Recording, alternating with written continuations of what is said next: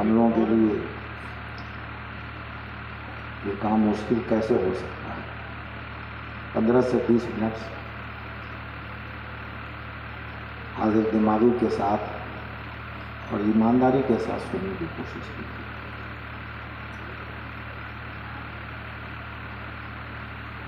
जिंदगी के हर कदम पर, हर मरहले में नहीं, हर कदम पर जो फार्मूला, कायदे कुल्लिया हर मुसलमान को नहीं बल्कि हर इंसान को काम है। कुरान ऐसे फार्मूले देता है। उन्हीं फार्मूलों में से बुनियादी कानून फितरत में से एक ये है, जैसा करोगे वैसा भरोगे। ये सब के लिए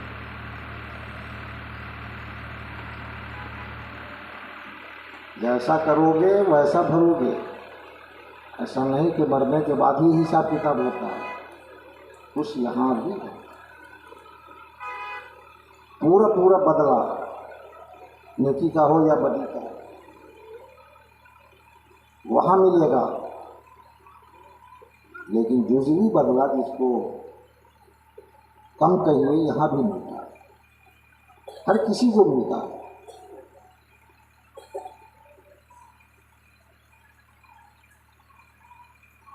इस कायदे कुल्लिया को, फार्मूले को जहन में रखिए।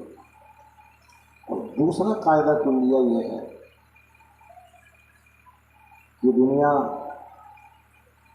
तकलीफ और आराम दोनों का मिश्रण है, और इससे अच्छे और बुरे दोनों ही मुतासिर होते हैं, प्रभावित होते हैं। ऐसा नहीं है कि बुरों को आराम,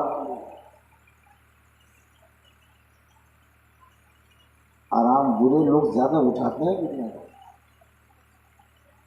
लेकिन तकलीफ भी उन्हें होती है, परेशानियां भी उनको आती हैं, मुसीबतें भी उनको आती हैं।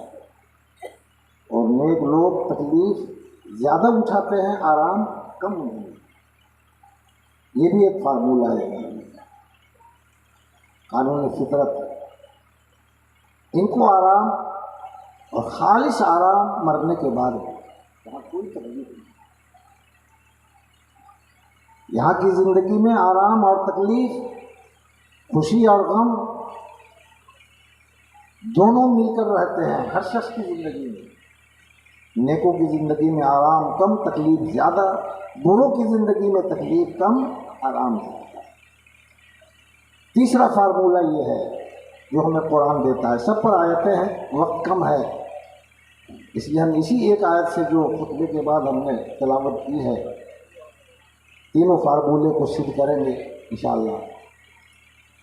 तीसरी बात यह है, तीसरा कायदा कुल्लिया कानून फितरत ये है कि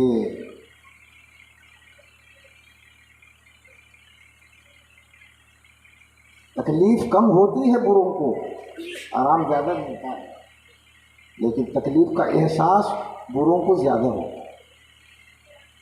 आराम को, नेकों को तकलीफ का एहसास कम होता है। यहाँ तक कि बुरे लोग आराम में भी तकलीफ को समेट लेते हैं, उनके आराम में भी तकलीफ घुस जाती है। लेकिन अच्छे लोगों को, नेक लोगों को जो आराम मिलता है वो खालिश आराम मिलता है, उसमें तकलीफ नहीं घुस पाती, खालिश खुशी होती है, राहत मिलती है। यही तीन फार्मूले हैं। 10-15 मिनट में, 15 से 20 मिनट में इसको हम बता करके आपसे रुखसत की इजाज़त चाहेंगे। अल्लाह पाक फरमाता है, हरगिज़ हरगिज़ मोमिनों पर मुनकिरों को अल्लाह पाक भारी नहीं बनाता। वलन यजअलल्लाहु लिलकाफिरीन अलल मोमिनीन सबीला। हरगिज़ हरगिज़ अल्लाह पाक मोमिन पर गैर मोमिन को, ईमानदार पर बेईमानों को राह नहीं देता है यानी भारी नहीं। ईमानदार कभी भी अपने नजरिए से सौदा नहीं करते, नजरिए का सौदा नहीं करते, अपने अकीदे का सौदा नहीं करते, अपने वसूल का सौदा नहीं करते, और उनको इसीलिए तकलीफ उठानी पड़ती है कि वो समझौता नहीं करते। बुरे लोग को समझौते कर लेते हैं। ये पूरी इंसानी तारीख शाहिद है। अंबिया भी शहीद हुए हैं, वयक़ुलून नबिय्यीन, नबियों को भी शहीद किया गया है। तो जान देना तो बहुत बड़ी तकलीफ की बात है। सहाबा शहीद हुए हैं, और करबला जो शहीदों की सरजमीन है, और इमाम हुसैन पर जो मुसीबतें आई हैं करबला के अंदर, पूरे ख़ानदान समेत इंसानी तारीख में ऐसी मुसीबत, ऐसी तकलीफ किसी इंसान को नहीं आई होगी। अंबिया के अलावा किसी इंसान को, किसी भी नेक इंसान को वैसी तकलीफ नहीं पहुंची होगी जो करबला में इमाम हुसैन और उनके पूरे ख़ानदान को पहुंची। लेकिन इमाम हुसैन ने नज़रिया से समझौता नहीं किया, अपने अकीदे से समझौता नहीं किया, अपने वसूलों से समझौता नहीं किया, सर कटा दिया लेकिन इस्लाम को झुकने नहीं दिया, इस्लाम के कानून को झुकने नहीं दिया, इस्लाम के वसूलों को झुकने नहीं दिया। जिसका नतीजा ये निकला कि करबला में शहीदों के खून के जितने कतरे बन सकते हैं, उन कतरों से ज्यादा इमाम हुसैन की औलादों में गौस व ख्वाजा कुतुब अब्दाल पैदा हुआ, और उन्हीं कुतुबों, अब्दालों और गौसों और ख्वाजाओं के जरिए से पूरी दुनिया के अंदर इस्लाम का नूर फैला, और दुनिया का ये नक्शा बना। जहां तारीख था जुल्मत का दया था, सख्त काला था, कोई पर्दे से क्या निकला कि घर घर में उजाला था। मेरे कहने का मतलब ये है कि आज जो हम लोग साहिब ईमान नजर आ रहे हैं, जैसा भी ईमान हो हमारा, जितना भी ईमान हो, कमजोर से कमजोर क्यों नहीं ईमान हो, ये जो हम नजर आ रहे हैं ईमान वाले, ये उन्हीं बुजुर्गों की मेहनतों का नतीजा है जो आले रसूल है, जो आले सैयदा है, आले फातिमा है। ये गरीब नवाज कौन है, महबूब इलाही कौन है, उद्दीन बख्तियार काकी कौन है, मौलाना हमीदुद्दीन नागौरी कौन है, बाबा फरीद कौन है, ये सब के सब आले नबी हैं, आले अली हैं, आले हसन हैं, आले हुसैन हैं, जिनके कदमों की बरकतों से, यानी जिनकी मेहनतों से हमारे बाप दादाओं ने कलमा इस्लाम पढ़ा है, और हम नस्लन बाद नस्लिन मुसलमान नजर आ रहे हैं। इस सच्चाई का कोई इनकार नहीं कर सकता। बाद के बुजुर्गों ने हमारे ईमान की हिफाजत की है, नहीं सकते, हमारे इस्लाम की हिफाजत की है, हिफाजत की है। इस्लाम तो इन लोगों ने फैलाया। हाँ, इक्का दुक्का इन लोगों के हाथ में लोग कलमा पढ़ते दाखिल इस्लाम हुए, लेकिन गांव के गांव को कलमा इस्लाम पढ़ाना इन्हीं बुजुर्गों का काम रहा। इलाके के इलाके को कलमा पढ़ाना इन्हीं बुजुर्गों का हाथ रहा है। मेरे भाई, ये हुकूमत वाले लोग नहीं थे, तिजारत वाले लोग नहीं थे, जमींदार नहीं थे। दुनिया में जिस चीज़ को कुव्वत कहा जाता है, जिस चीज़ को ताकत कहा जाता है, जिसकी वजह से आदमी अपनी बात को मनवाता है, जबरन कहरन ही सही, कुछ नहीं था, बेघर लोग थे, बाहर से आए हुए थे, और अंदर के भी जो लोग बने गरीब नवाज के गुलाम, तो ये लोग भी सरमायादार नहीं थे, ताजो तख्त वाले नहीं थे, फौजो सिपाह वाले नहीं थे। अब तो ताजमहल पे फख्र करते हो, लाल किला पे फख्र करते हो, जबकि इस्लाम में फख्र नहीं है। विरासतों पे फख्र नहीं किया जाता है, शुक्र किया जाता है, शुक्र किया जाता है, फख्र नहीं किया जाता है। इस्लाम में फख्र नहीं है, पैगंबर ने फख्र की तालीम नहीं दी है। खुद फरमाते हैं अना खातमुन नबीयीन वला फख्र, मैं नबियों में सबसे आखिरी नबी हूँ, सारी कायनात का नबी हूँ, नबियों का नबी हूँ। लेकिन ये बात मैं फख्र से नहीं कह रहा हूँ, अल्लाह का हुक्म है बयान करने का।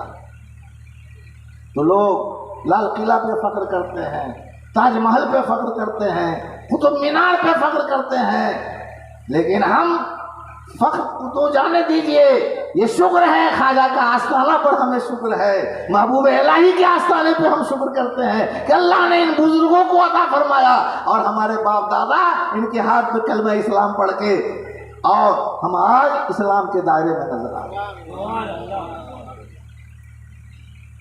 अगर ये लोग हल्के होते,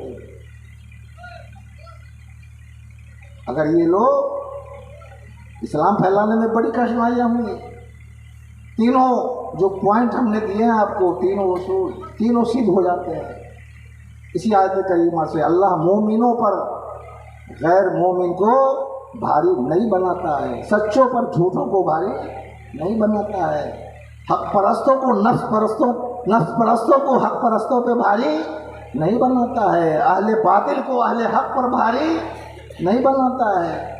इस फार्मूले को लोग भूल चुके हैं।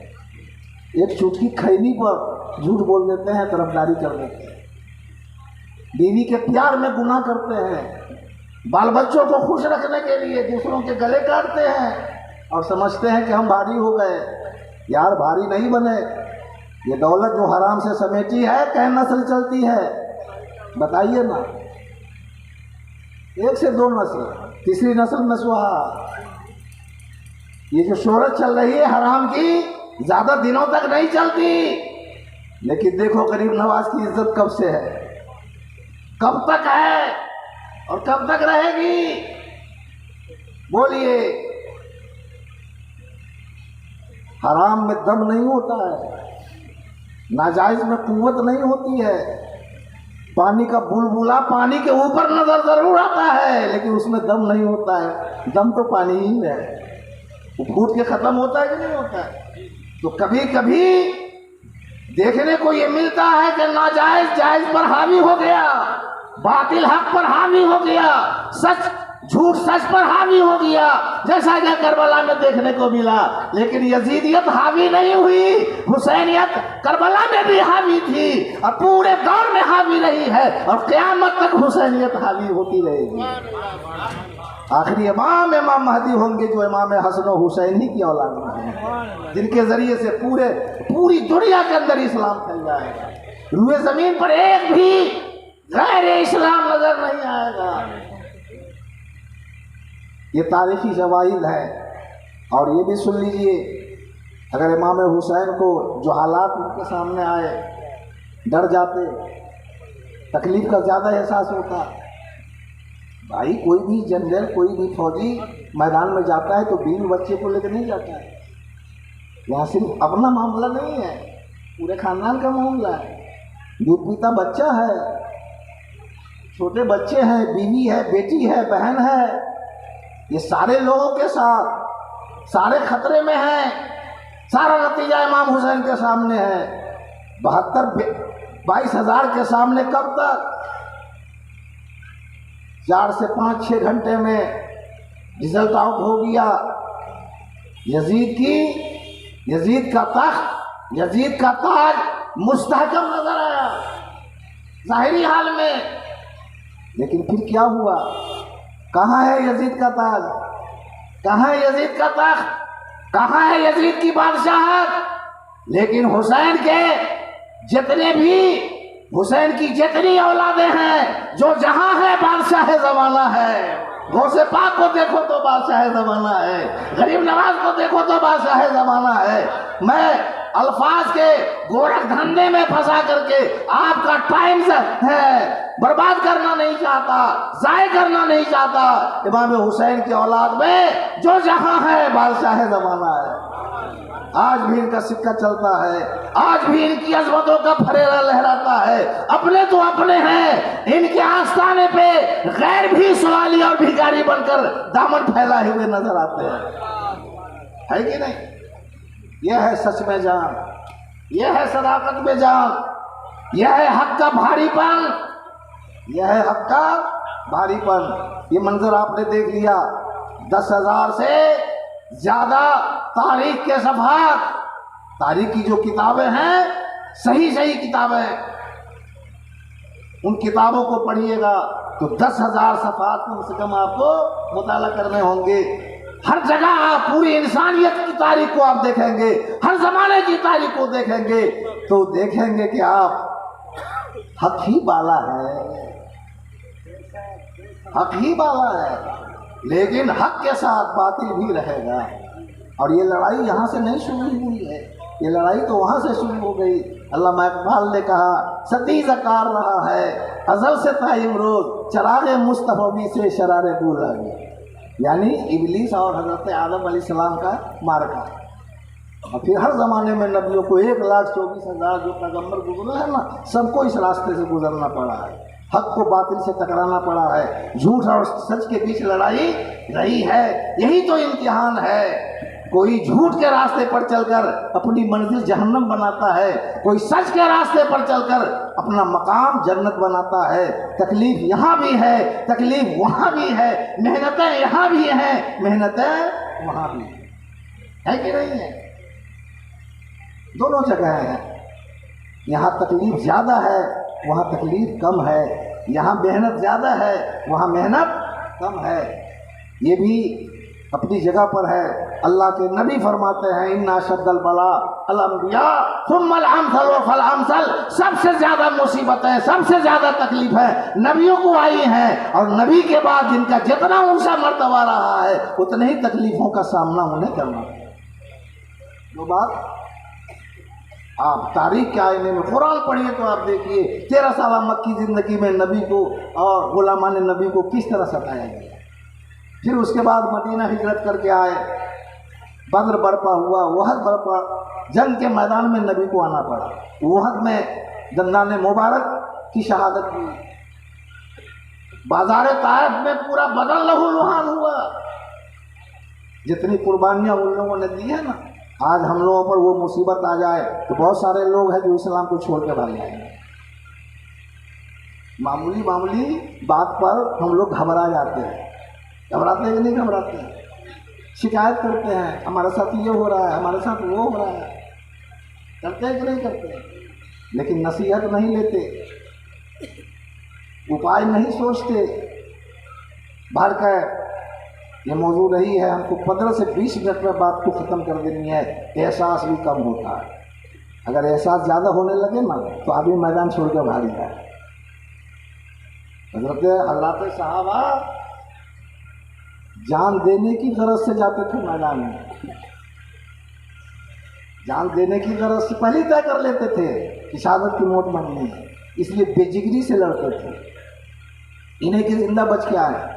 ये अलग बात है कि अल्लाह ताला कुछ को शहीद कराता था और कुछ को बचा करके उसे इस्लाम की तबलीग का काम लेता था, लेकिन हर एक के दिल में शहादत का जज्बा होता था।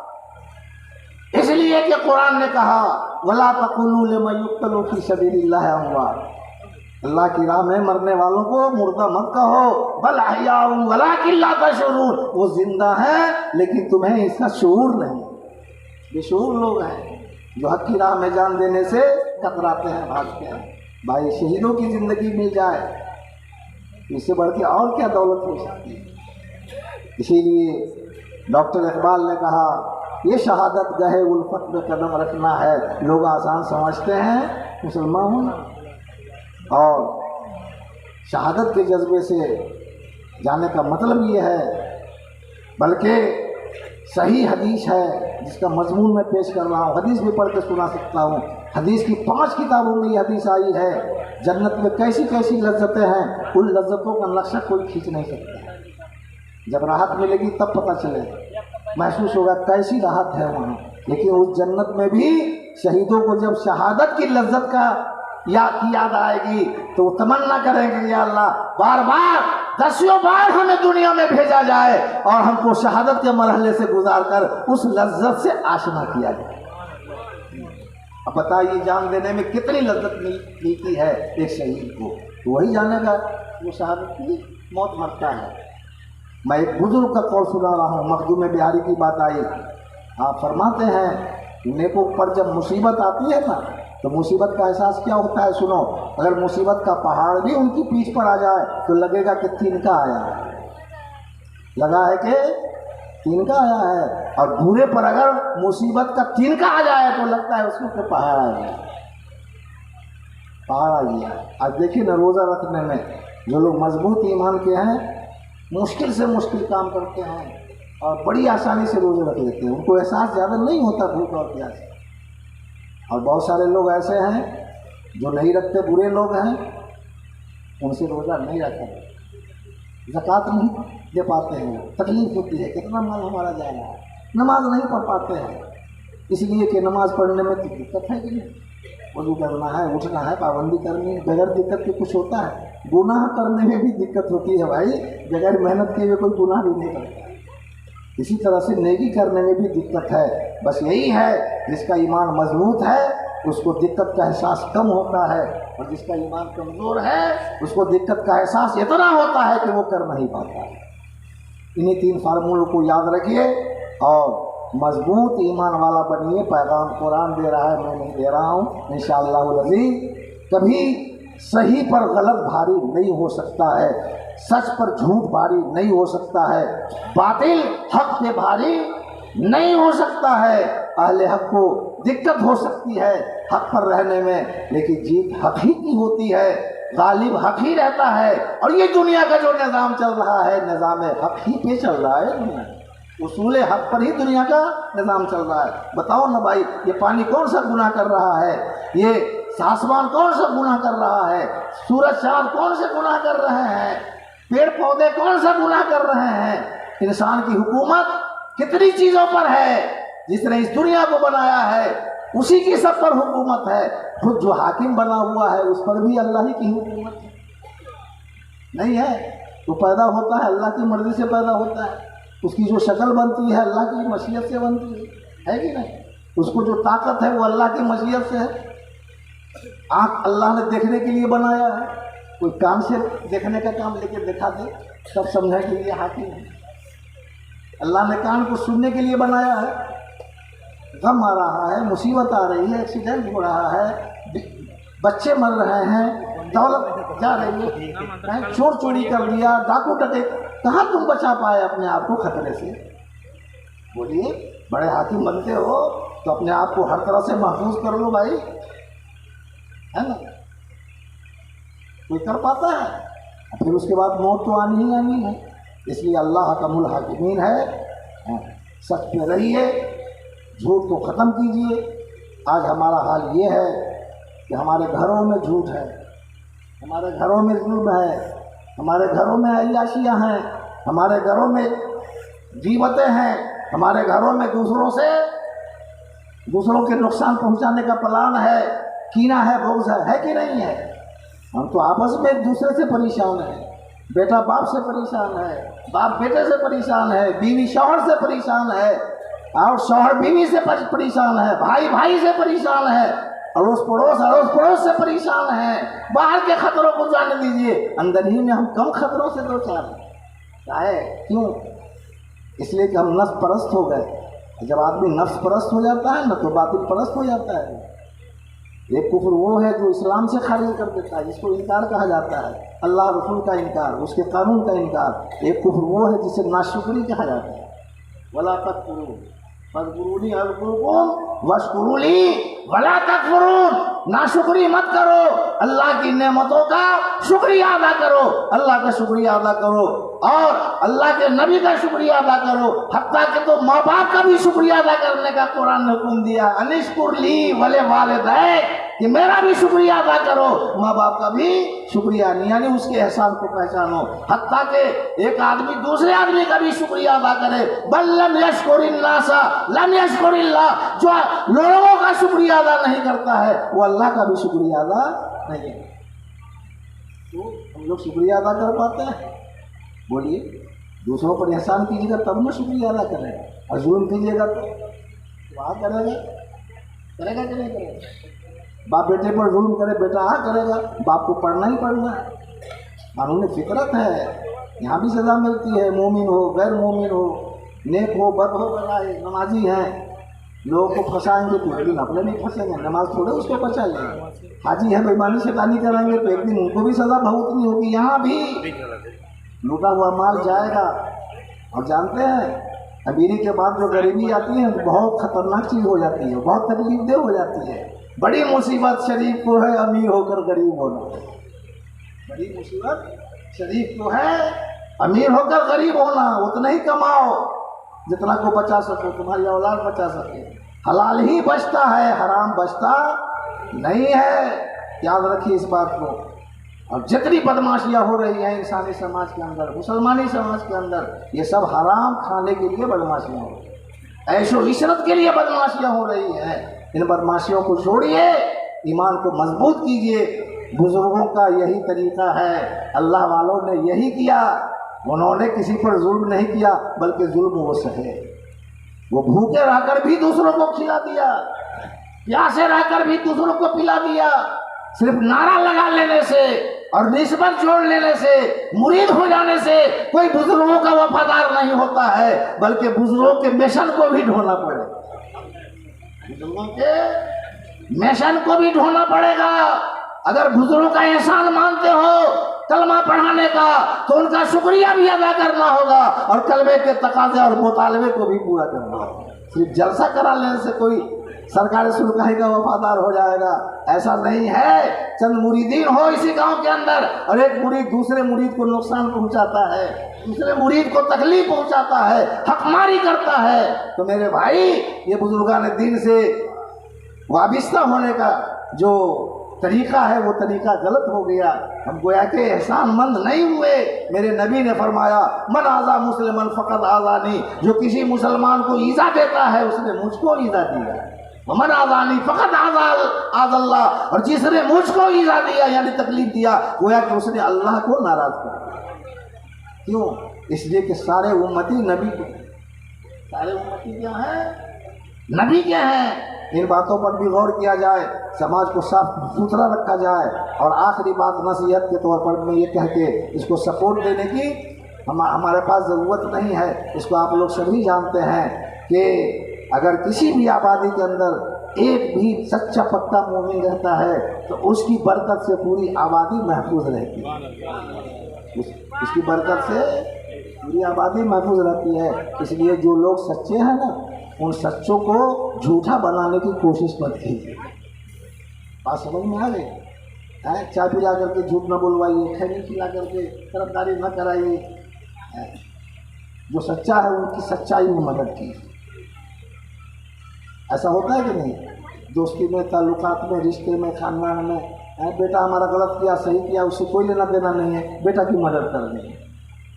भाई जुल्म कर रहा है, क्या कर रहा है, भाई की मदद करनी है, इसलिए कि खानदान का आदमी। ऐसा होता है कि नहीं होता है? इससे क्या होता है जानते हैं? वो आदमी और ज़्यादा गलत हो जाता है। इससे और क्या होता है? गलत हो जाता है। दूसरों की कमी को आप नज़रअंदाज कर सकते हैं, लेकिन अपने लोगों की कमी को नज़रअंदाज मत कीजिए। अगर घर में आपके चोर पैदा हो जाता है तो ये मत समझिए कि बाहर ही ये चोरी करेगा, ये घर में भी चोरी करेगा। बात समझ में आ गई? घर में अगर कोई बदकार पैदा होता है तो बाहर तो करेगा ही करेगा, और जब बाहर में उसको हाथ नहीं लगेगा तो घर में वो बदकारी करेगा। इसलिए अपने अपने घरों को संभालिए, अपनी अपनी औलादों को संभालिए, गलत ना होने दीजिए। और आखिरी बात, ये दुनिया फिसलन की जगह है। नेकी करते करते आम मुसलमान बल्कि अंबिया के अलावा कोई शख्स महफूज है, मासूम नहीं है। औलिया महफूज होते हैं गुनाहों से, उनसे भी गुनाह हो सकता है और हुआ भी है, उन्होंने तौबा की है, लेकिन अंबिया गुनाह से मासूम हुआ करते हैं। तो हम लोग तो आम मुसलमान हैं, फिसलेंगे, फिसलन वाला रास्ता है। नेकी करते करते कभी गुनाह भी हो जाएगा, और जब गुनाह होगा तो आदमी जब फिसल के गिरता है ना तो दाएं बाएं आगे पीछे देखता है, कोई देखा तो नहीं है, तो जानबूझ के गिरता है ना, गिरता है। और गिर जाता है तो दाएं बाएं आगे पीछे देखता है और फौरन वो उठता है शर्म के मारे, क्या किया। ऐसे ही अगर हमसे कोई गुनाह हो जाए तो हम भी आगे पीछे देखें कि भाई कोई देखा तो नहीं। मतलब यह है कि खुलकर गुनाह न किया जाए, नफ्स की शरारत से अगर छुप कर भी गुनाह हो जाए तो उससे छुप करके ही तौबा कर ली जाए। आज लोग गुनाह करके अड़े रहते हैं, मौलाना से फतवा आता है कि बायकाट कीजिए, खाना पानी बंद कीजिए उसका, तब जा करके तब भी वो पार्टी बना करके फतवा रख ही रह जाता है और पार्टी बन जाती है, और आगे चल करके जो लोग छांटे रहते हैं ना, धीरे धीरे वो लोग मिल जाते हैं उस गुनहगार के साथ। ऐसा होता है कि नहीं होता? अक्सर ऐसा हो रहा है।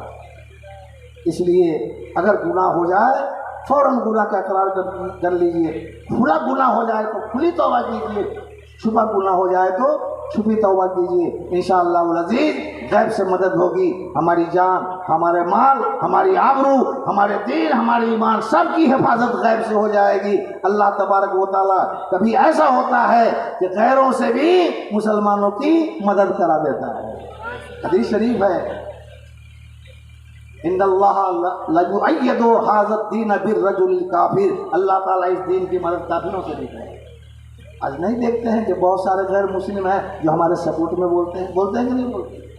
नहीं बोलते हैं। बोलते हैं कि नहीं? बोलते हैं। और जब हम जबकि हम बुरे हैं, हम लोग कम बदमाशी नहीं करना है, कम गुनाह नहीं करना है। और जब हम नेक हो जाएंगे, हमारी आबादी में ज़्यादातर नेकों की तादाद हो जाएगी, तो इंशाअल्लाह अज़ीज़ कभी भी हमारी जान, हमारे माल, हमारी आबरू और हमारे दीन का दुश्मन हम पर हाथ बढ़ाने की हिम्मत नहीं कर सकता है, सोच नहीं सकता है। अल्लाह हमारी गैर मदद फरमाएगा। इसलिए भाई मेरे, इन सब चीज़ों को भी जलसे में मौजूद बहस लाना चाहिए। कुरान में सिर्फ वलियों का तज़किरा नहीं है, कुरान में सिर्फ नमाज़ों का चर्चा नहीं है, सिर्फ रोज़े का चर्चा नहीं है, सिर्फ ज़कात और हज का चर्चा नहीं है, कलमा दुरूद का चर्चा नहीं है। कुरान में सब कुछ का चर्चा है। ज़िंदगी का कोई ऐसा अंग नहीं है, कोई ऐसी हालत नहीं है जिसका चर्चा नहीं हो और जिसके लिए कानून नहीं। हदीस की रोशनी में कुरान को देखा जाए तो हमारी ज़िंदगी के सारे मसाइल का हल कुरान के अंदर है। और कुरान हमें जन्नत वाला रास्ता चलाता है, जिसकी मंजिल जन्नत है।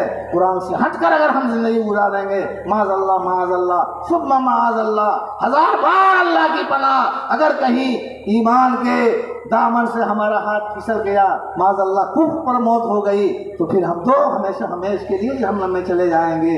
और ऐसे लोग जो सीना तान कर गुनाह करते हैं, बेइसरार गुनाह करते हैं, लोगों को देखा करके गुनाह करते हैं, अपने गुनाह को एलानिया करके दूसरों को भी गुनाह करने का सबक देते हैं, ऐसे लोगों के काफिर होकर मरने का ज़्यादा इम्कान होता है।